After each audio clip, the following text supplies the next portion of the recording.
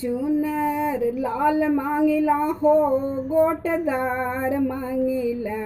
चुनर लाल मांगिला हो गोटदार मांगिला।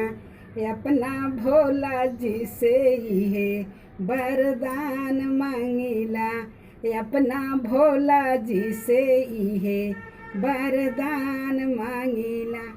चुनर लाल मांगिला हो लहरदार मांगिला।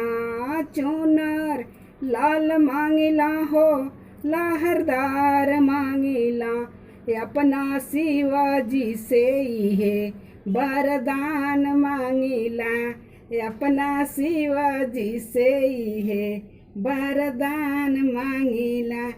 सेनुरा लाल मांगिला हो चटकार मांगिला। सेनुरा लाल मांगिला हो चटकार मांगिला। अपना शिवाजी से ये वरदान मांगिला। अपना भोला जी से ये वरदान मांगिला। चुनर लाल मांगिला हो गोटदार मांगिला। चुनर लाल मांगिला हो गोटदार मांगिला। अपने शिवाजी से ये वरदान मांगिला। अपने भोला जी से ये वरदान मांगिला। गोदी बलकवा मांगिला हो घर पतोहिया मांगिला।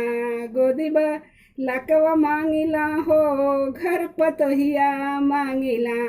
अपने शिव गुरु से ये वरदान मांगिला। अपना शिवाजी से ये वरदान मांगिला। चुनर लाल मांगिला हो गोटदार मांगिला। अपना शिवाजी से ये वरदान मांगिला। अपना भोला जी से ये वरदान मांगिला। एगो बेटी मांगिला हो एगो दामाद मांगिला। एगो बेटी मांगिला हो एगो दामाद मांगिला।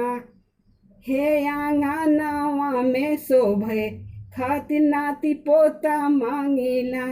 हे आंगनवा के शोभा नाती पोता मांगिला। चुनर लाल मांगिला हो गोटदार मांगिला। चुनर लाल मांगिला हो गोटदार मांगिला।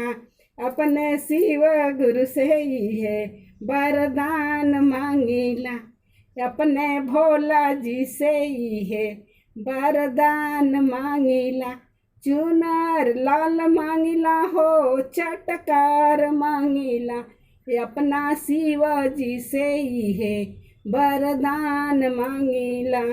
अपना शिवाजी से ये वरदान मांगिला।